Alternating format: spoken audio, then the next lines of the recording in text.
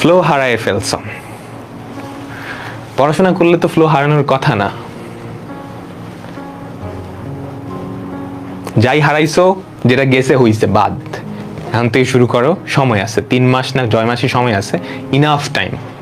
তুমি যদি properly utilise করতে পারো, মানে ইনাফ, মোর দেন ইনাফ।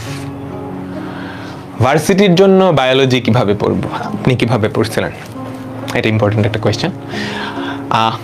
আমার সাথে কম্পেয়ার করা যাবে না, বুঝছো? সবার পড়ার স্ট্র্যাটেজি এক এক রকম। তুমি আরেকজনটা দেখে ওভাবে পড়বা। আমি আমারটা বলতেছি, তোমরা আইডিয়া পাইতে পারো। প্রথমত আমি একাডেমিক থেকে বায়োলজি ভালো করে পড়ছিলাম। আমি কলেজ লাইফ থেকেই বায়োলজি ভালো করে পড়ছিলাম, তো আমার বইয়ের উপর মোটামুটি দখল ছিল।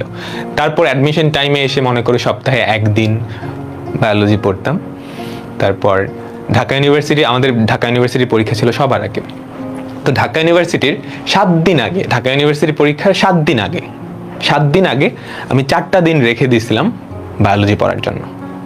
7 দিন আগে 4 দিন।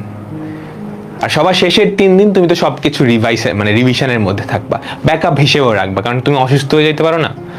তো কখনোই একদম শেষ মোমেন্টের জন্য ফালায় রাখবা না, একদিন তুমি ব্যাকআপ হিসেবে রাখো। আর অ্যাডমিশন টাইমে অসুস্থ হয়ে যাওয়াটা খুবই স্বাভাবিক, দৌড়াদৌড়ি, মানসিক প্রেশার থাকে। এরপর দেখা যাবে একটা অ্যাডমিশন তুমি সকালে দিচ্ছ, এরপর পরের দিন আবার অন্য জায়গায় গিয়ে অ্যাডমিশন দিতে হবে। এটা খুবই হেক্টিক একটা জার্নি, অসুস্থ হয়ে যাওয়া খুবই স্বাভাবিক। আমি প্রথম দিন গিয়েই অসুস্থ হয়ে গেছি, মানে আমাদের প্রথম ছিল ঢাকা ইউনিভার্সিটির পরীক্ষা, ঢাকা ইউনিভার্সিটির পরীক্ষা দিয়ে এসেই আমার জ্বরে উঠে গেছে, খুবই স্বাভাবিক। তো একদম শেষ মোমেন্টের জন্য কিছু রাইখে দিও না, লাস্টে ব্যাকআপ হিসেবে কয়েকটা দিন রাইখো। এখন পড়াশোনা করতে থাকো। বায়োলজি তো তোমরা বই পড়তেছো না, বই তো পড়া লাগবে, মেইন বই। তারপর তোমরা ধরো কোনো কোচিং সেন্টারের বই যদি থাকে ওগুলো ফলো করতে পারো। আমি কোচিং সেন্টারের বই ফলো করেছিলাম। আমাদের সময় রেটিনার বই ছিল আমার কাছে কয়েকটা, রেটিনা ডাইজেস্ট নামে কিছু একটা আছে মনে হয়, ওটা পড়ছিলাম। আর হচ্ছে মেইনলি পড়ছি ওই আজমল স্যারের বই আর হাসান স্যারের বই, ওই দুটা পড়লেই হয়ে যায়। শেষের দিকে ঢাকা ইউনিভার্সিটির পরীক্ষায় শেষের দিকে, মানে আগে একদম লাস্ট মোমেন্টে তুমি বায়োলজির জন্য 3-4 দিন রেখে দিও। হ্যাঁ, লাস্ট মোমেন্টে রিভিশন দেওয়ার জন্য, কারণ এগুলো তো তথ্যমূলক, মাথায় ক্যাচ করে থাকলে ধুমধাম অ্যান্সার করে ফেলা যায়। আর ভার্সিটিতে সব সময় বায়োলজি অ্যান্সার করবে আগে।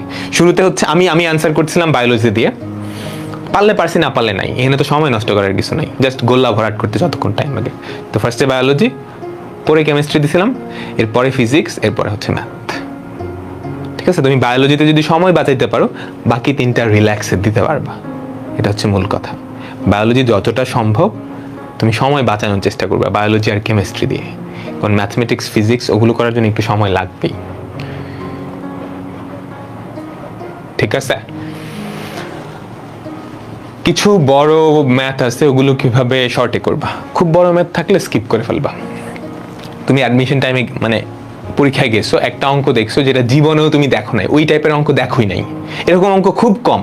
ধরো তুমি বুয়েটের পরীক্ষায় যদি চিন্তা করো, জীবনেও দেখো নাই, মানে এই টাইপের অঙ্কই জীবনে দেখো নাই, ওরকম হয়তো 20%, ম্যাক্সিমাম 20% অঙ্ক থাকবে। তুমি ওগুলো ফার্স্টে টাচ করো না, ওগুলো বাদ দাও। আমি বারে বারে একটা কথা বলি, অ্যাডমিশন টাইমে ছেড়ে দিয়ে জিতে যাওয়া যায়। তুমি সব টাচ করতে গেলে পারবা না, তুমি যদি এই এক্সট্রিম লেভেলের ট্যালেন্টেড না হও। তুমি একটা বড় অঙ্ক করতে গিয়ে 3-4 মিনিট যদি নষ্ট করে ফেলো, এটা মানে কিন্তু তুমি একটা অঙ্ক পারো না এরকম না। তুমি প্রথমত একটা অঙ্ক পারো নাই, ওই টাইমে আরেকটা অঙ্ক অ্যাকুরেট করতে পারতা, তোমার 20 নাম্বার গেছে গা। কাহিনী বুঝছো? তুমি যদি একটা কঠিন অঙ্ক শুরুতে করতে গিয়ে ভুল করো, তার মানে কি তুমি কঠিন অঙ্কটা তো পারোই নাই, ওই টাইমে একটা সহজ অঙ্ক পারতা, 10-20 গেছে গা। তো সব সময় শুরু করবা যেগুলো তোমার পরিচিত অঙ্ক আছে ওগুলো দিয়ে, অপরিচিতগুলো থাকুক, পরে টাইম পাইলে তুমি আসবা। ঠিক আছে, এগুলো অনেকটা ওই ঝড়ের দিনে আম কোরানোর মতো, অনেকগুলো আম মাটিতে পড়ে আছে, তুমি যদি মাটির আমগুলো না নিয়ে আগে গাছের আম পাড়তে যাও, তাহলে কি হবে? তাই না? তুমি গাছের আম নিচ্ছ না মাটিতে পড়ে থাকা আম নিচ্ছ, এটা তো ম্যাটার করে না। তুমি কয়টা আম কালেক্ট করতে পারছো এটাই তো মেইন, কয়টা অঙ্ক অ্যাকুরেট করতে পারছো ওইটাই মেইন। তুমি কত কঠিনটা সমাধান করছো এটা তো ডাজন্ট ম্যাটার। তো যেগুলো সহজ ওগুলো তুমি আগে সমাধান করবা, তারপর কঠিনগুলো ধরবা। ঠিক আছে? পার্শিয়াল মার্ক, বুয়েটে পার্শিয়াল মার্ক দেয়, অনেক দেয়। পার্শিয়াল মার্ক না দিলে আসলে আমার নিজেরই, আমি খুব সহজ একটা অঙ্ক ভুল করছিলাম, সহজ 2টা অঙ্ক ভুল করছিলাম, বোর্ডে আসা অঙ্ক। আমি তোমাদের বলছিলাম কিনা জানি না, পিথাগোরাসের উপপাদ্য ভুল করছিলাম। পুরা প্রসেস ঠিক আছে, জাস্ট ক্যালকুলেশন এক লাইনে ভুল। তো এরপর আমার রেজাল্ট কিন্তু ভালোই আসছে, তার মানে ওটা থেকে বোঝা যায় যে পার্শিয়াল মার্ক ভালোই দেয়। পার্শিয়াল মার্ক ভালোই দিবে। টাইম ম্যানেজমেন্টে প্রবলেম হওয়াটাই স্বাভাবিক, প্র্যাকটিসের মধ্যে থাকতে হবে। টাইম ম্যানেজমেন্টে প্রবলেম এটা হওয়াটাই স্বাভাবিক, একটু প্র্যাকটিস রাখতে হবে। হ্যাঁ, বুঝছো? ডিইউ রিটেনের জন্য ম্যাথ কিভাবে করবা? ডিইউ, তোমরা তো ইঞ্জিনিয়ারিং ব্যাচ, তোমাদের কি রিটেনে সমস্যা হবে নাকি? তোমরা তো কত কঠিন কঠিন অঙ্ক করতেছো। রিটেন ঢাকা ইউনিভার্সিটি রিটেন এমনি হয়ে যাবে। তোমরা ঢাকা ইউনিভার্সিটির ম্যাথ নিয়ে চিন্তাই করো না। তোমরা ইঞ্জিনিয়ারিং প্রিপারেশন নিলে ঢাকা ইউনিভার্সিটির ম্যাথ 100তে 100 হয়ে যাবে, কোনো কিচ্ছু এক্সট্রা করা লাগবে না। ক্যালকুলেটর নাই তো কি হইছে, তোমাকে এমন কোনো অঙ্ক দিবে না যেটা তুমি ক্যালকুলেটর ছাড়া পারবা না, বুঝছো? একটা অঙ্ক ক্যালকুলেটর দিয়ে করা যায় কি করা যায় না ওটা তোমার টেনশন না। যে কোয়েশ্চেন করবে ওনার মাথা ব্যথা, কারণ উনি জানে তো বাচ্চাদের হাতে ক্যালকুলেটর নাই, এমন অঙ্কই আমি দিব যেটা ক্যালকুলেটর ছাড়া করা যায়, বুঝছো?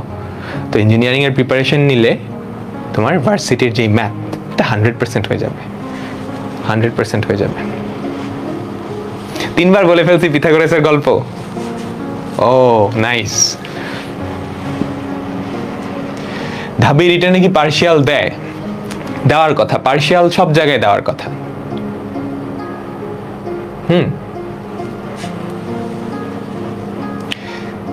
এক্সট্রা সিলেবাস থেকে যেগুলো দিছে ওগুলো কেমনে করবা? সিলেবাসের বাইরে থেকে নরমালি খুব কম পার্ট দেয়, খুব কম, হয়তো 2-1টা। তোমাদের কি কি দিতে পারে? রিলেটেড, সিলেবাসের বাইরে কিন্তু রিলেটেড এরকম চ্যাপ্টার কারা আছে? ফাংশন, এই যে আমরা যে চ্যাপ্টারটা পড়তেছি এটাও কিন্তু একটা ফাংশন, বিপরীত ত্রিকোণমিতিক ফাংশন। তো ফাংশনটা একটু রিলেটেড। তারপর আর কি রিলেটেড? সিলেবাসের বাইরে মনে হয় না আর কিছু রিলেটেড। ফাংশন থেকে দিতে পারে, বুঝছো? অসমতা থেকে দিতে পারে। এই কনসেপ্ট বুক আর কোয়েশ্চেন ব্যাংক তুমি যদি ভালো করে শেষ করতে পারো তাহলে হবে, মোর দেন ইনাফ, বুঝছো? কনসেপ্ট বুকটা বেশ ভালো, আমি নিজেও কনসেপ্ট বুক পড়ছিলাম, কনসেপ্ট বুকটা বেশ ভালো।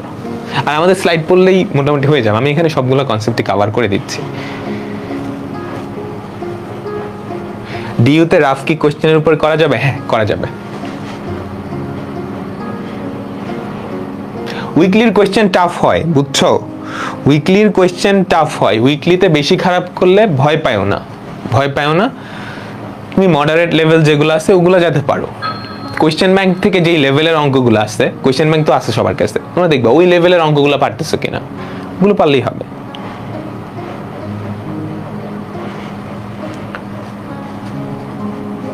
ঠিক আছে, আচ্ছা পরে আবার কথা বলবো না।